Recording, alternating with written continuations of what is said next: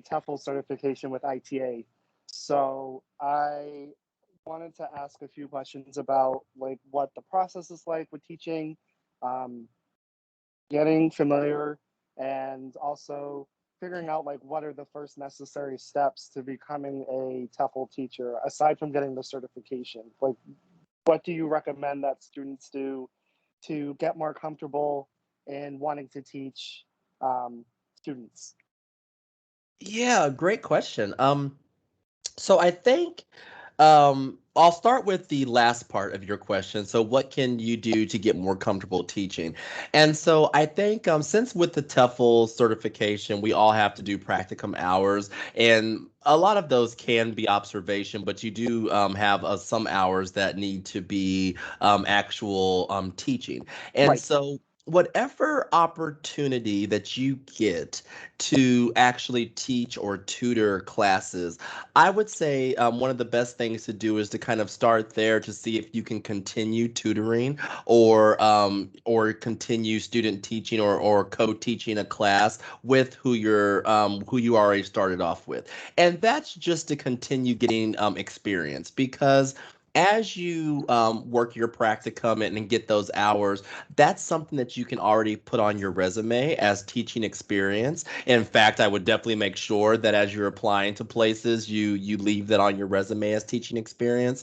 And so, because what I did with my resume is I actually noted it as part under the education section. I put, how many hours the TEFL was, and then how many practicum hours my program involved. And then below that, when I got down to the experience section, I actually listed my practicum, which I did my practicum with My Culture Connect. So I actually listed that as teaching experience so that it was shown as part of my program that I did practicum, but then also in my experiences, it showed that I had some teaching experience, even though it wasn't for very long.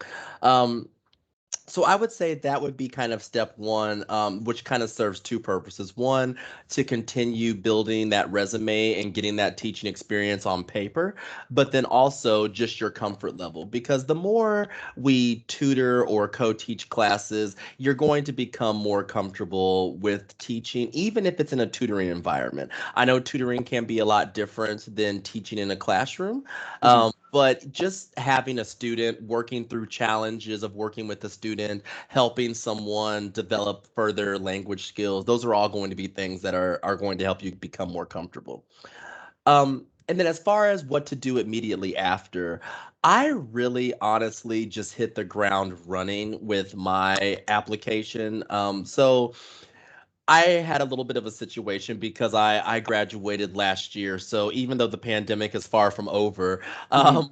we were definitely in the heart of the pandemic then. And so Right. there really weren't any opportunities to teach in person. It was all online. And Mhm. so I jumped right into applying to organizations to teach online, whether that be some of the major ESL companies or even if you can find another opportunity, that's what I did.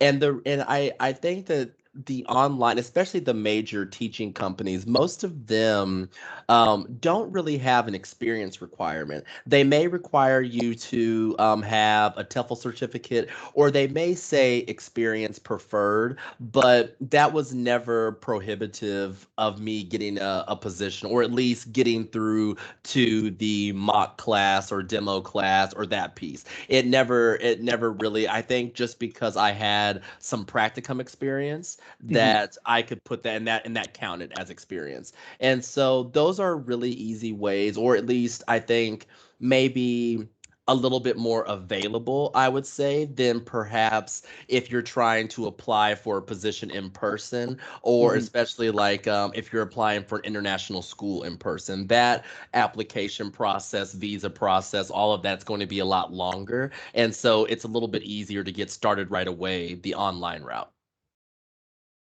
Huh, that's very interesting that you say that actually, because um, with the pandemic going on and everything, I was thinking that it might be better to maybe look at my options online. And originally, with the tutoring and the observation hours, I was g- going around my state calling different schools and everything. And I was like, I don't really think that's a good idea, especially now with the whole Delta wave happening and everything. So, and actually, somebody from the ITA group on Facebook mentioned MCC to me. So I was like, okay, cool, that's awesome. I was like, I'm happy to, be here to join you guys and to, learn what it is that you do. So I really appreciate that information. And I'll leave the floor to anybody else now who has a question so I can give myself a little break. Yeah, no worries. Yeah. And And if not, I'll just I'll ask more questions. oh, I think we have a someone with a question. Hi, Megan. Oh, you might be muted still. Okay, hello. Sorry Hi. about Hi. that. Too many buttons to press. Um, so I came in late to this. I'm sorry for coming in late, but I think like to piggyback off of that, I'm curious to know like how can I get involved with My Culture Connect after I finish my practicum? All right. So I think, and Luke can also chime in with this one. But I think with your practicum, I'm not sure if you're doing, if you're co-teaching classes or if you're tutoring. But I know that historically, and I think this is even true now, there are a lot of students that are needing tutoring or are available to or are looking for tutors. And so I think, and correct me if I'm wrong, please, Luke, but I think that there are usually students for that, at least on a tutoring basis. And so, Luke, she was asking just about future opportunities with My Culture Connect. So, have you finished your tutoring hours, Megan? Oh, no, sir, not yet. I still No. need to jump on Okay. board for that. Yeah. So it's very easy with us, especially during our summer break, because uh, we have a wide range of students, and you can let me know your age preference, your availability, and then I can make a plan for you accordingly.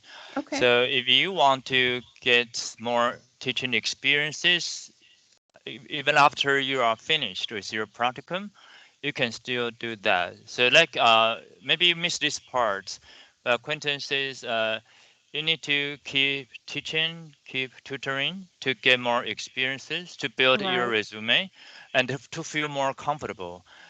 So if you want, we have a lot of opportunities. Like I say to many observers, uh, where we live is a rural area, so we do not have native speakers. People do not see foreigners. So students learn English in the classroom in Mandarin. It happens a lot to Mm-hmm. language learners. If their teacher is not a native speaker of this language, and because we students are lazy and they don't want to think hard, and it's very difficult to think to talk in a different language. So native speakers are valuable assets here. So you can always find co-teaching opportunities or tutoring opportunities. But we are here to help. If you are busy and you just want to finish your 6 hours for ITA, it's okay. You can just get it done. And in the future, you want some teaching experiences. For example, Quentin did not tutor any students. I always had him co-teach a class with me. Okay. And but most, I would say 95% ITA student teachers prefer tutoring because one-on-one tutoring is flexible. If your student is happy, everybody is happy. So, but work with another teacher in a classroom, oh, it's complicated. Sometimes you have to follow school curriculum. You have to know like students level, and sometimes it's 20 students in a class. Sometimes it's Mm, 30. wow. So it may be more complicated. So I would recommend start with one-on-one tutoring.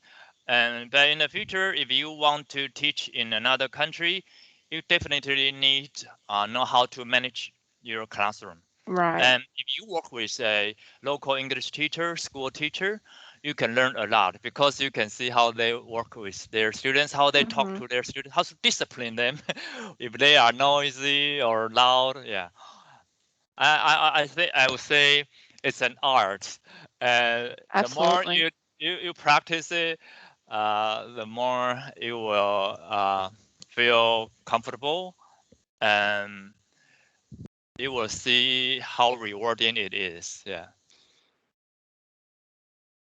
Yeah, Yes, so sir. just let me know your availability if you want to work with us, and I can find you a student within 2 days and set up everything.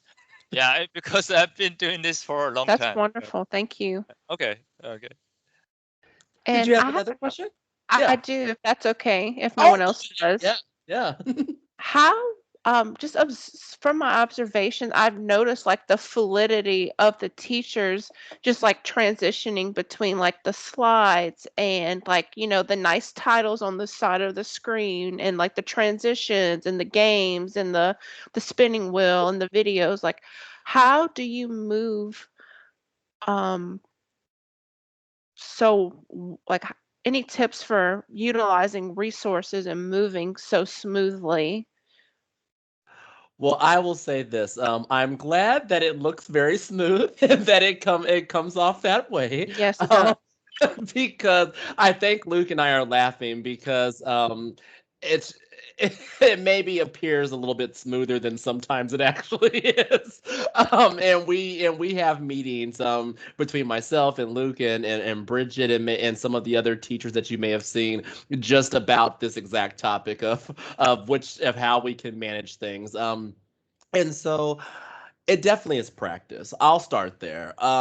It takes a while to get used to, even if you've been doing it. So it takes a while. So what you see now, we've been using Prezi, which I will put that website here in the chat. But the cool graphics and things that you see, like when we have the titles and the subjects, that's all using Prezi virtual presentations. And Okay. so that's a really awesome software that links into, you can basically overlay graphics and what would essentially be a PowerPoint presentation. You can overlay it onto your video. And Wow. so that's what you're seeing whenever we have the classes and things are appearing on our screen and moving. It just really makes your presentation more dynamic. And honestly, I just started using Prezi within the last probably 2 months over this summer. Before, I was really only using Google Sheets or PowerPoint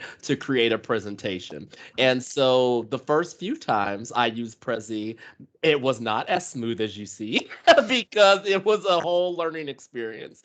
And so it didn't start off that way. Um, the other thing I would say is it's really, really crucial to do a run through of your class and of what you want to do in your class. This will save you tremendously. And I know that some of the times when I've had the biggest technical issues, usually it's because I probably did not do a thorough enough run through of what I wanted to do. So a run through will be everything from making sure that your presentation loads properly into the overlay. Like if you're using a Prezi, making sure that that does come onto Skype and that it looks right. Um, Going through and actually flipping through every slide so that as things move and as things change, you can see if it shows up right, if it's visible, can you read it? How do you zoom into certain things and zoom out of certain things?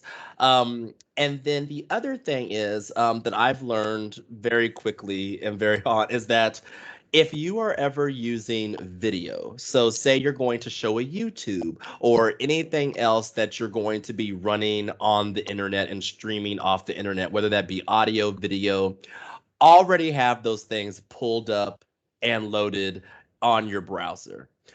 Because once you get into an environment where you're sharing your screen on Skype, you're using Prezi, you're in a presentation with 50 other people, your machine and your internet bandwidth gets stretched really thin. And Okay. so unless you have really, really fast internet, and I would say even if you do have fast internet, having that stuff loaded up already, because that really helps. Because with the videos especially, if you open a YouTube, then it's going to start preloading the video ahead of time. It doesn't just track wherever the video is. It actually has a little bit that's already downloaded, and that's usually enough to make your video run smoothly the entire time, because it gives you that extra head start on downloading or streaming the video.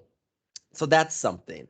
And I would say those are probably the biggest tips. You just really, the importance of running through it. And I'm not saying that you have to spend an entire hour going through your entire class, but just flipping through the slides, saying that, okay, this next slide, this is going to be a game that I'm going to do. Just making sure that, okay, if I flip to this slide and then I share my screen and pull up this tab, how does that work? And it might be a little cumbersome in the beginning. I know that it definitely is. It was for me. And I think that there are times it still is.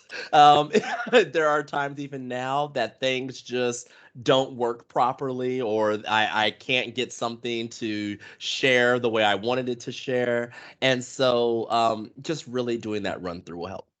Okay. Thank you. Yeah, hopefully that's helpful. Yeah, that's awesome. I just again, I've been doing like teaching English like in person that, of course, like we've had to adapt as a society to do this. And it's just really cool to see like, oh, that's available. Like, you know, with the transitions and it's just awesome to see.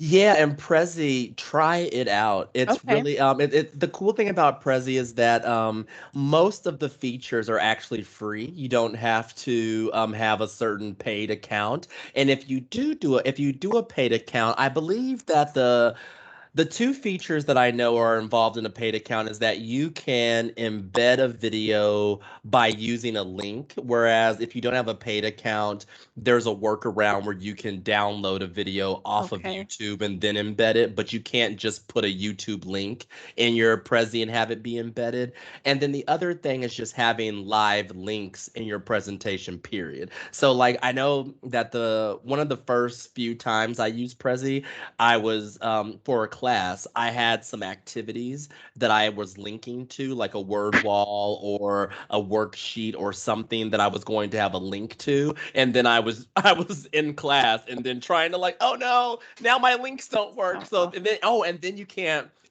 copy it either. It won't let you highlight and copy. So I'm like, oh no, I can't I can't get to my link. And so that's something that you could do on the paid version versus the free. But I have found the free version. I mean, all of these Prezi presentations, if you've watched, I believe myself or Bridget both, they're the free version. Wow. So we don't have the extra features, and you can do all of those things. It makes it very, very easy. All that cool zoom, like that's all Prezi. That we didn't. It's already set up like that. We didn't have to do that. Yeah. That sounds like an awesome tool. I'm looking forward to playing Yeah, around on and get it working. definitely. Yeah, another thing to share with Megan is that some tutors had trouble sharing their screen, and all their students can see is their desktop. So, are you using a MacBook Pro or Yeah, I'm using MacBook. Oh, then you'd better check your privacy security setting, because you need to like check Skype or Google Meet or Zoom, whatever platform you are using, and you can see under security, privacy setting, and system preference, and then go to security, and then there's sidebar called recording, and you just have to check it. Otherwise, other people won't be able to see whatever you are sharing. Yeah. Yeah, I saw that a lot. A lot of people have Okay. this problem. So I want to tell So you now. Will Okay. it be easier to run as a PC operating system rather than the Mac iOS for this reason? Oh, it doesn't matter. Just need to Okay. change your privacy setting so Mhm. that Okay. yeah, other people can see your screen. Yeah. Yeah. And also, if we can talk a little bit further. So, but Prezi, just if you're using another tip, if you're using Prezi with Skype, Prezi is compatible with Skype. Of course, we use it, but it's not as compatible with Skype as it is with other video platforms. So we, through trial and error, have learned some ways to really adapt it to work best with Skype, and it essentially involves sharing the Prezi window. So usually when you share, you have a couple of options where you either can share your entire desktop screen or you can share just a window of your desktop. And so once you open Prezi Video, you can share just the Prezi video, and that seems to make it the most visible through Skype. Because unlike with a Zoom, for instance, if you used Prezi, it will act when you share your screen, it still shows in the window of video. And with Skype, that's not how it works. It doesn't work that exact same way. So it's a little bit, we had to find a workaround. But again, that was just trial and error. The first few times we did it weren't so good. But then we figured out how to make it a lot better. Yeah.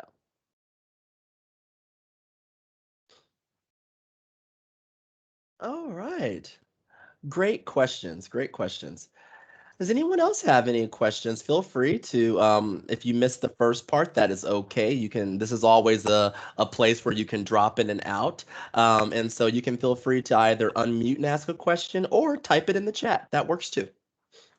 I have another question if no one else does. Sorry. Oh, go ahead. I'm curious to know if the tutors and teachers prepare and write their own lesson, or is this Luke has his like supply and y'all kind of pull from that, and how does that work? Yeah, good question. So it works both ways actually. So over the summer, since the kids have not been in an actual school program, all of those lesson plans are prepared by the teacher who's teaching the class. So myself, Bridget, Emily, if you've watched any of her classes, we are all creating those lesson plans and creating those activities and what we're doing in the class. Now, when we get to the regular school year and we start working through My Culture Connect, we start working with actual elementary or junior high schools.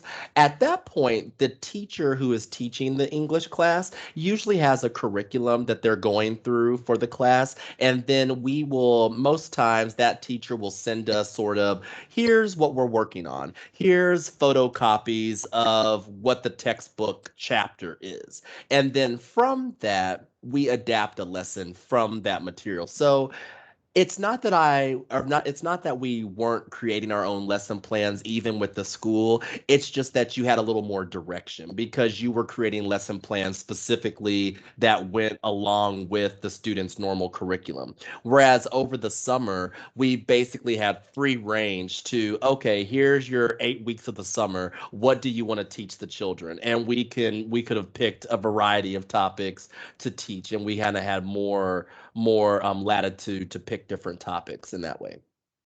Um, so yeah, we normally do our lesson planning. Now some of our actual materials that we use sometimes are created by us. Sometimes we are using maybe worksheets that we found that are out on the internet. Maybe we're using like for instance, if we use WordWall, I'm not sure if you're familiar with WordWall, but that's a good place to go for activities and games to really make your classes interesting. I'll put that in the chat as well. Wordwall.net is that one, and that has all kinds of activities, and you can not only create your own. So actually, if you teach in real school too, like the brick and mortar school in person, you can use WordWall as well because you can even assign homework on WordWall. You can create your own games, your own assignments. You can do fill in the blank exercises, multiple choice exercises. They have cool games like you can make it a game show where they score points and they can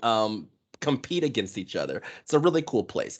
And you can not only create your own, but they also have a library of activities that have already been created. So you can type in a topic like second conditional, and there will be all kinds of word walls that have already been created that cover the second conditional. So that's another good resource. But so some of that stuff we don't create ourselves, but the actual lesson plan of, okay, we're going to start with this warm up, and then we're going to move to this type of learning activity or practice or presentation. The PPP, that part we do create.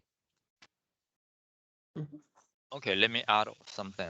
So if you just wanna know when you are tutoring one-on-one, either it's you or your student who will come up with the materials. So first session, I always suggest that you put some photos together to introduce yourself and your place, because people like to see photos.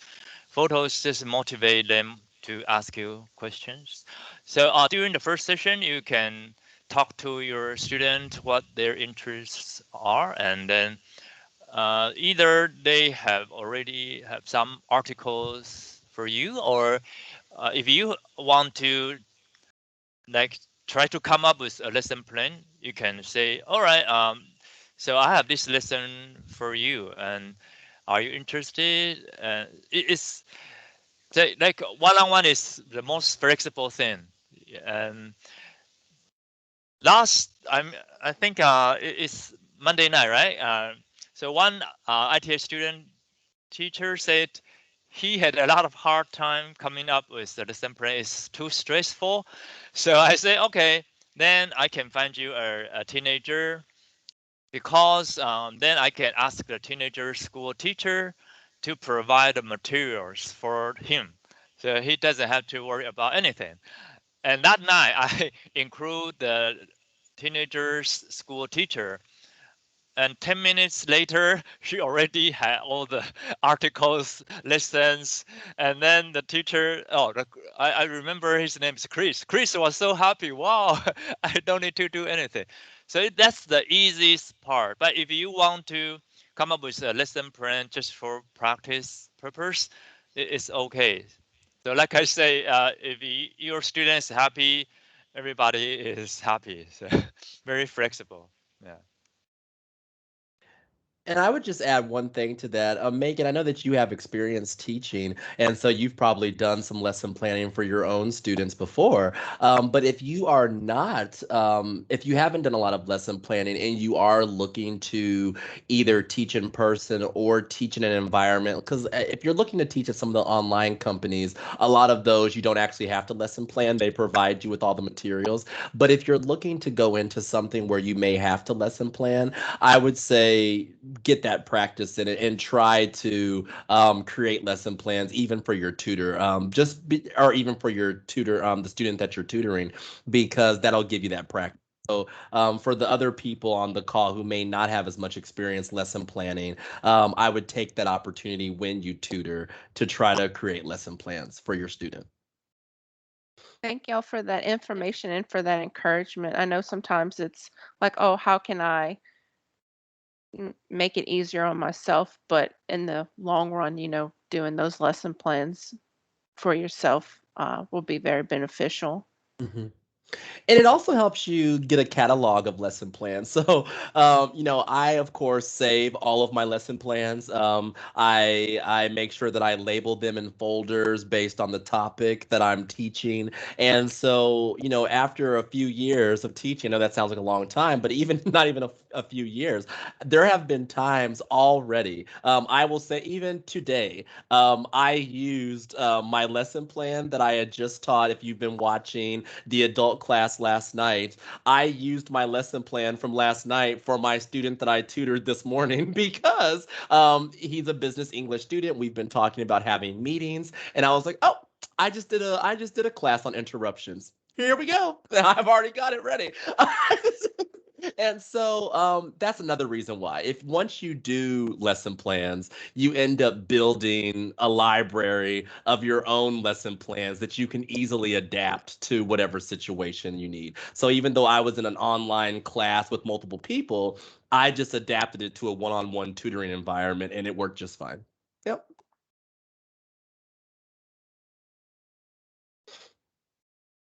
All right. So, Well, oh, go ahead. yes, yes. So it's Daniel again.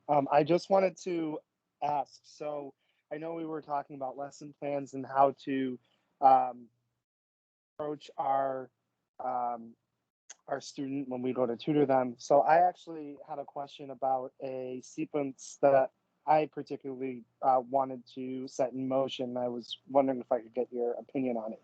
Mhm. So let's say I want to observe some classes, for example, like I want to observe some classes with you or with Luke or with Bridget, so on and so forth. Would it be a smart idea to do that first to get more comfortable and get more familiarized like with the process? That way when it does come time for me to tutor somebody, I have a good idea of what I'm supposed to do, and also um, having the ability to ask questions as well. Do you think that having this, because of this resource, having the resource to chat with you or Luke or whoever, would that be like a good um, sequence to get into? Like so that way when I do get to the point of tutoring somebody, I'm not going to be stuck and go, oh my God, what am I doing? Yeah, so I think here it's really based on your comfort level, and I guess also how much outside of your comfort zone you want to be.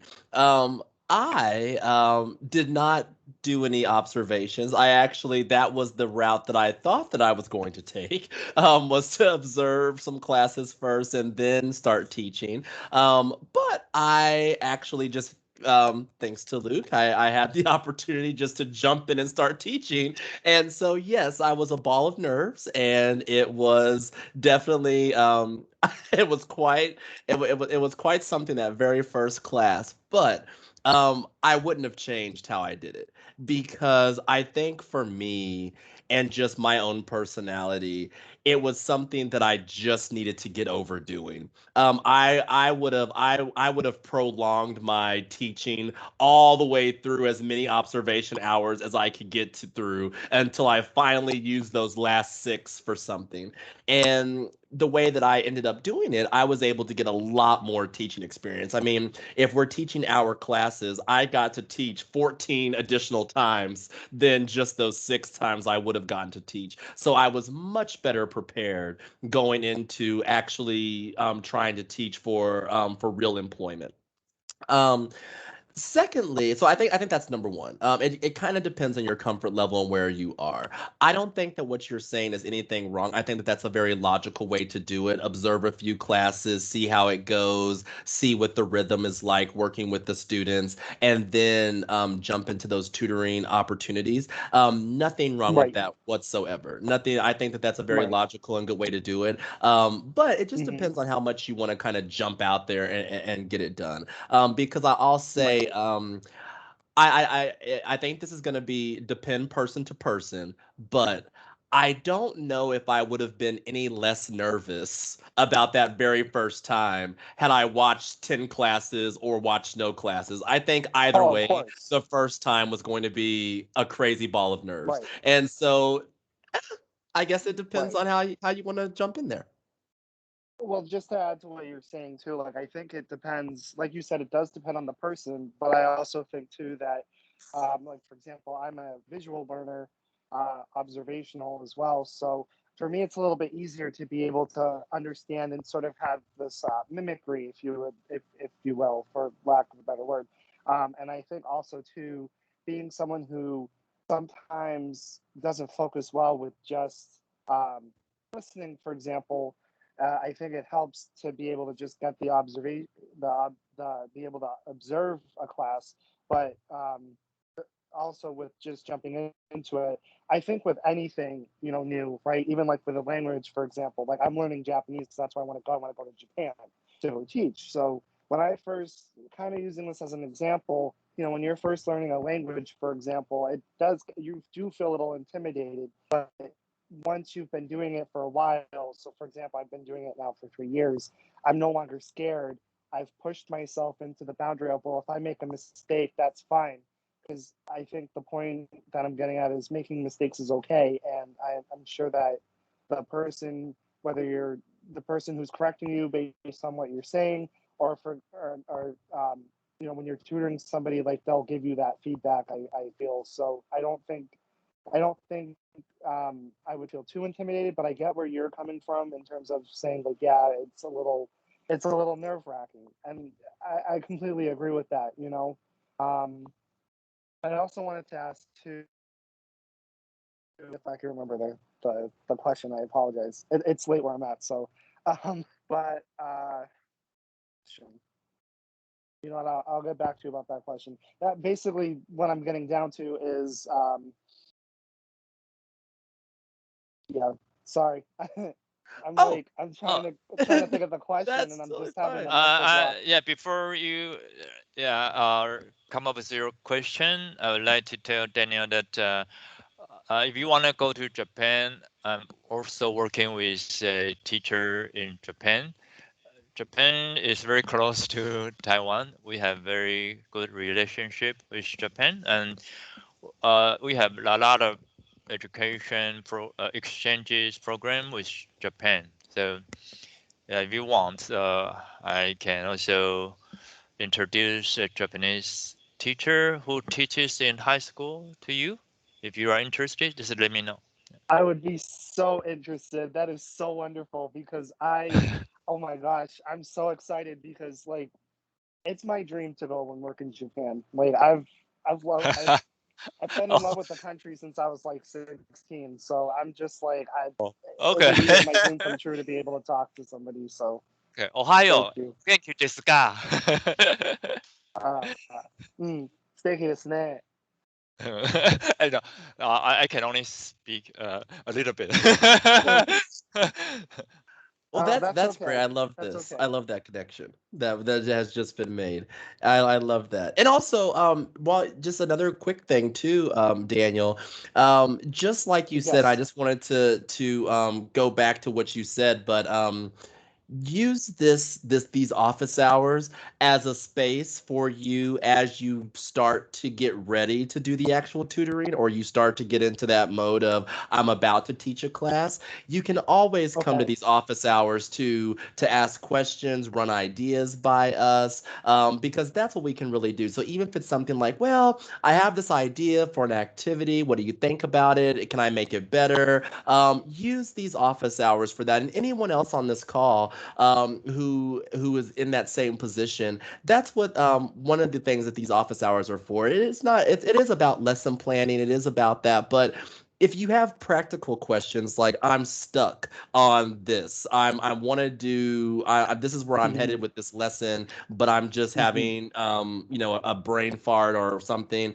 Yeah, come here and ask and be in communion. I guess with the other teachers here because in one of the previous office hours, it wasn't even just Luke and I. There was another teacher, kind of like Megan, who has been a teacher in an actual brick and mortar school and in person, Hmm. and she had very good tips and things from her experiences teaching in person. So then it really becomes just this community of educators that can all give their points of view too. So yeah, come on in. Awesome. I'm really appreciative of of having the ability to be a part of this community. It's a new passion, a new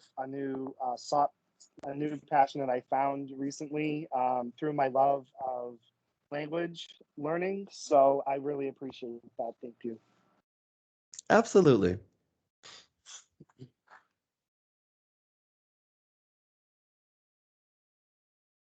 All right. And so I see, I think Luke addressed Carlos's question. And so, yeah, feel free to continue typing anything in there, or if you have a question you want to unmute and ask, feel free. I have another question for you. Yeah, go So, ahead. so is there anything that you recommend for teachers like any stress relieving activities, things like that, in case, let's say, a teacher does get a little, especially with like planning a lesson plan or trying ways to counteract sort of the negative tension that they might be feeling through that, if that makes sense. Hmm. That makes perfect sense. Yeah. So one thing that I've been turning to and trying to become a better practitioner of, but definitely doing some mindfulness or meditation type practices. That's very helpful. Whether you do it as kind of like in the morning or in the evening, either to start or end your day, or even if you're having one of those stressful moments where you're just feeling overwhelmed and you just take a moment to really center yourself and do some mindfulness or meditation practices. That's very helpful. To kind of piggyback off of that, one thing that's been instrumental to me is that I have to take breaks. So I come from this is kind of I guess you could say like my next chapter in life. And so I came from a business corporate America world. That's where I lived. I was an internal auditor for several for quite a while. And when you're in that type of environment or working at businesses, you have all these things like, okay, well, you're going to work so many hours and you get a 15-minute break, or then you get a lunch break and then you get another break. And I feel like it's very kind of set up that way.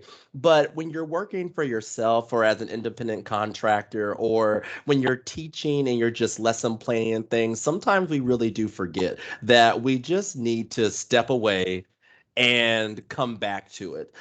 There has been a lot of times when I've gotten stuck. Like I know that I want to teach a certain topic and I can't think of activities, or I can't find a video I'm looking for. I can't find a resource I'm looking for. And it can start to get very frustrating. You can start to feel overwhelmed. But if you just take a break, step away, go do something else, even if it's watching a little TV, if it's taking a walk, just to kind of break that time up and then come back to it. I know that that has helped me in so many cases. And usually when I come back with a little bit of a fresh perspective or fresh eyes, then I can usually find something and it starts clicking for me again.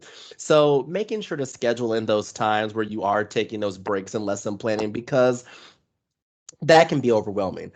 Also, I think that one problem that I've dealt with and that I would suggest is that there, I forget what you call it. There's a term for it, but the anxiety that you feel from having too many choices. This is often what can happen in a lesson plan. And so sometimes it's not the fact that you can't find something, it's that you find so many different things and you're just trying to find the perfect something. So you're like, well, I found this activity. Oh, well, no, this one could be better. Oh, well, no, now I'm looking at this one. This could be better. And you can easily go down a rabbit hole where you've been looking for a video for 2 hours. And it's just like, oh no. And so what I also try to do now, and this is a very recent thing that I'm trying out, and it's been working so far, is that I try to give myself a time span as well, like a time limit, where I will be like, okay, I'm going to work on this lesson for the next 2 hours.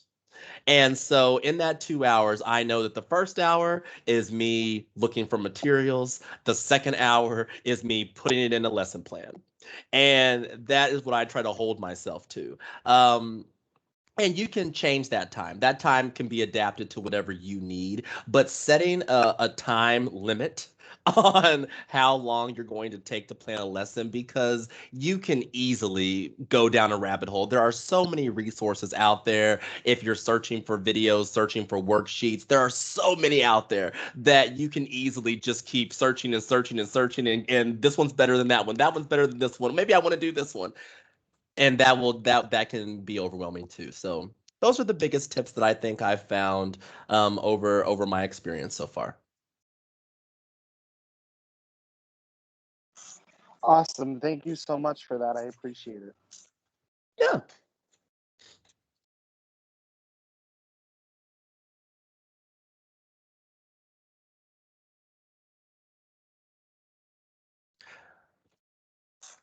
I just want to say I've I, really I, I oh yeah, go ahead, Daniel. Yeah.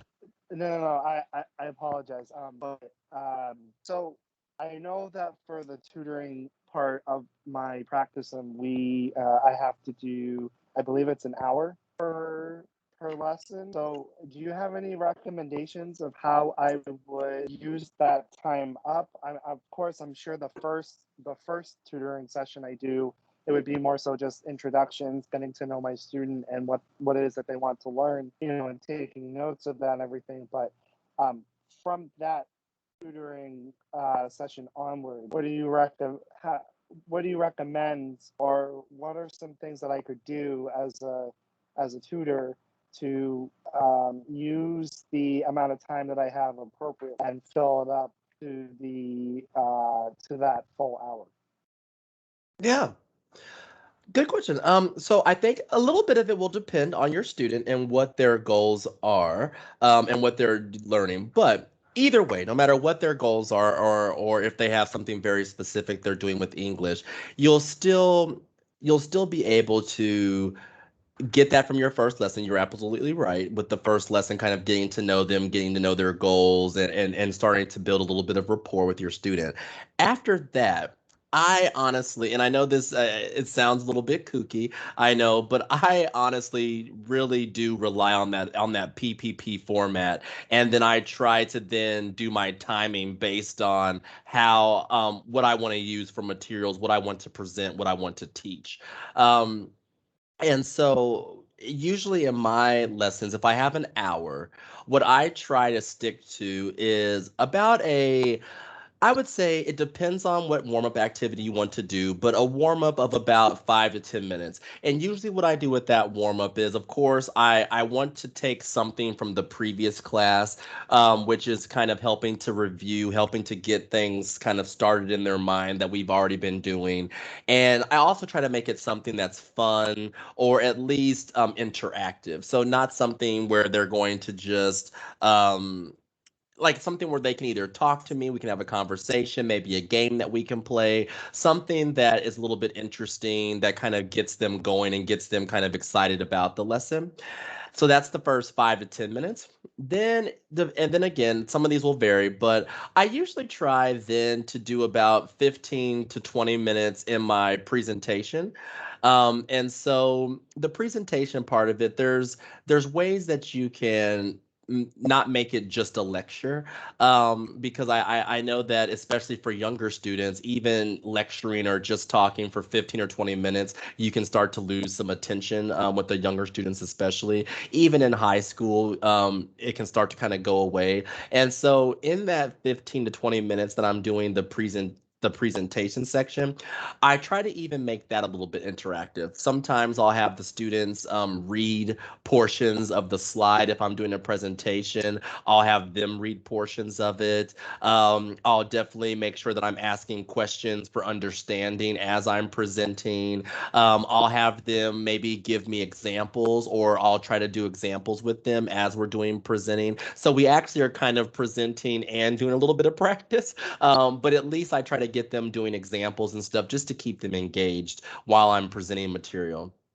So where am I at? I'm up to about, yeah, so now I'm about 30, between 30 and 40 minutes. So then I try to do then the rest of it would be like a little bit of production at the end. So usually about 10 to 15 minutes of production, and that rest of that time is sort of the practice. And I think that a lot of times, a lot of those will kind of move and fold depending on what activities I'm doing for the class. But that's usually the breakdown. I try for me. I try that, and like I said, my presentation, usually it's almost like a presentation-ish practice. A lot of times I found myself kind of blending the two, especially in a one-on-one environment, because you're just working with a single student. So it's very easy to get them engaged. And as you're presenting material, have them answer questions and do examples with you as you're presenting the material. That's very easy to do in a one-on-one environment, especially, but even in a classroom, you can.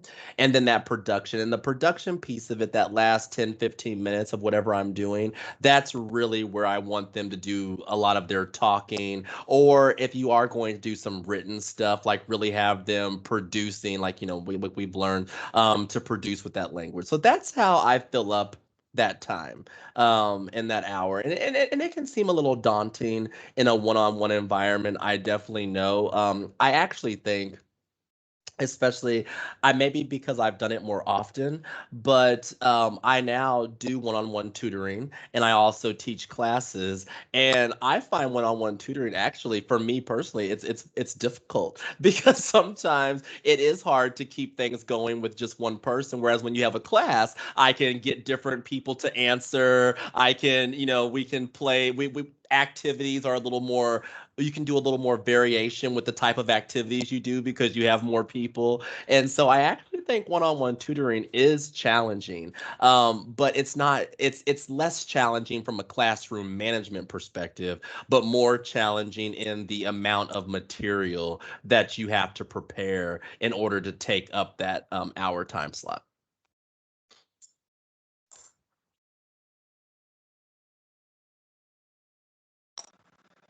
Okay.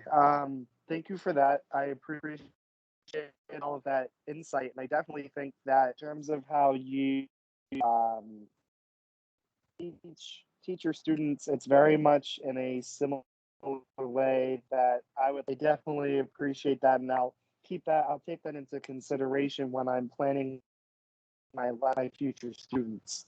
Mhm. Yeah. Yeah, I actually, I really think, and I think that and I think everyone here is probably in the ITA program, but I really liked the ITA's program and how it's set up because I really do think it prepared me, not coming from an educational background and as far as like what I went to school for. I thought it really did a good job of preparing me for teaching, especially some of that admin type of stuff like the lesson planning.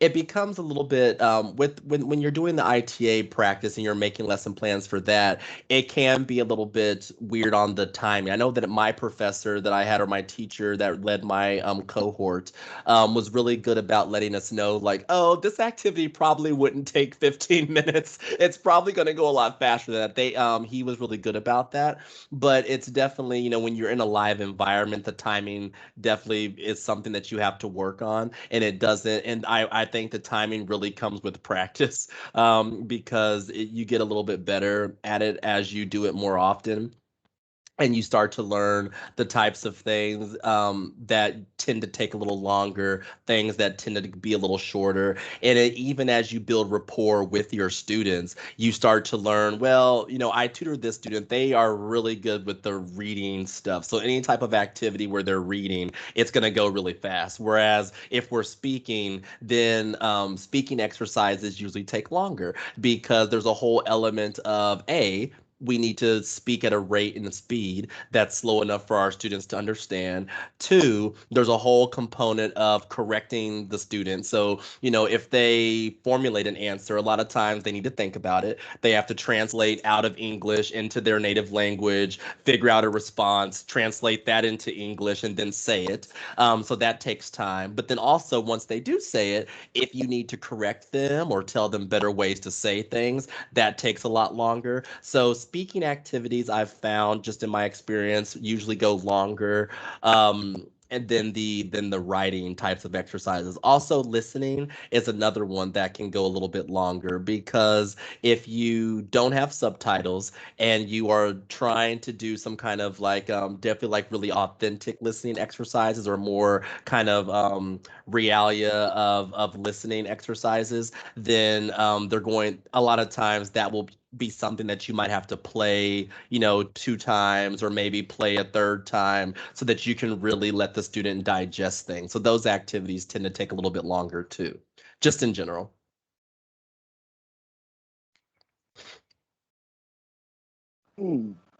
Okay. I definitely understand where you're coming from with that. Um, and I definitely do believe that I think this is one of those things where it's like a trial and error thing. So I definitely think that I will use use the knowledge that you've given me to my advantage, and I will definitely, again, keep it in mind so that way I can understand where it is that I'm going in the future. Hmm. And I think overall the thing with lesson planning as a new teacher that I will say time and time again that helped me tremendously is over plan. Over plan. That's really the biggest thing I can say. And so either you can overplan it in two ways. Either you can just overestimate time. So you could say, or underestimate, I'm sorry, underestimate time. So if you think that, oh, this is going to take 15 minutes, just put it down for 10 minutes. Because then you know, okay, I've got a 5 minute buffer of what I think it's going to take. Because running short is definitely a bigger nightmare than running over. If you run short, especially as a new teacher, it's more difficult to come up with activities off the top of your head or extension off the top of your head because you haven't experienced enough and you haven't gone through enough activities to just be able to recall, like, oh, I know a good one. I know you don't have that knowledge yet. And so Right.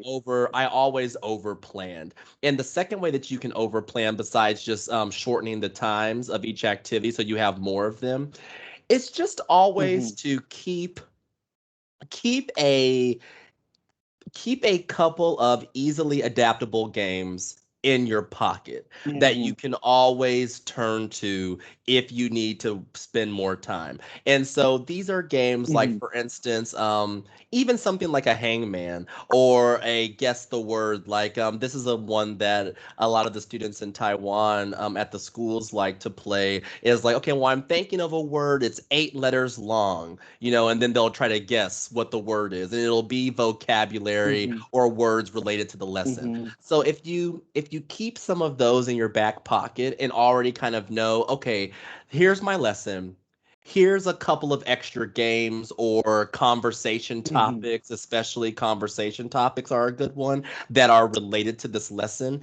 Even that you don't necessarily, it's not in your lesson plan to use them, but you know that they're there so that if for some reason you do run short, you can fill that time with those things and you're not trying to grasp for things out of your off the top of your head, which is Mm-hmm. definitely more difficult to do as a new teacher. I see.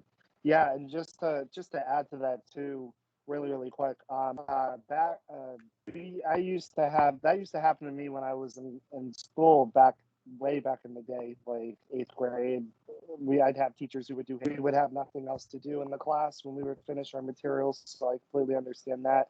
And also, I actually wanted to I actually did do what you previously mentioned, which was to kind of split up like the PPP a little bit, and you know with the practice and everything like that. I've done lesson plans in the ITA course where I've split the time into two parts, so I can kind of get like one section, like get the class to do one section with like writing, for example, and do the other part with speaking.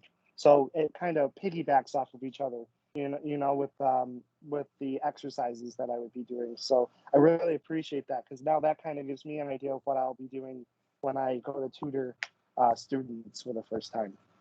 Well, excellent. I'm glad it was helpful. I'm glad it was helpful. And that's such a good idea. I love that for a classroom if you have kind of two activities where you can have half the class do one, half the class do another, and then we can switch because you essentially double your time, but and you keep everyone busy too. So I like that idea too. Very And cool. thank you. Well, everyone, that comes to the end of today's office hour. And so stay tuned for office hours for next week. We haven't scheduled them yet, but we'll have two next week. And we usually try to put them on sort of either before or after classes that are already taking place, just so that we don't overlap with people who want to maybe observe a class and then they're like, oh, I have to choose between an observation and office hour. And so we try not to do that. Also, I see Carlos is typing. Anyone who's on this call that may have additional questions, feel free to go ahead and just leave them in the chat here. I can go ahead and continue answering those offline, and I can just answer them directly in the chat.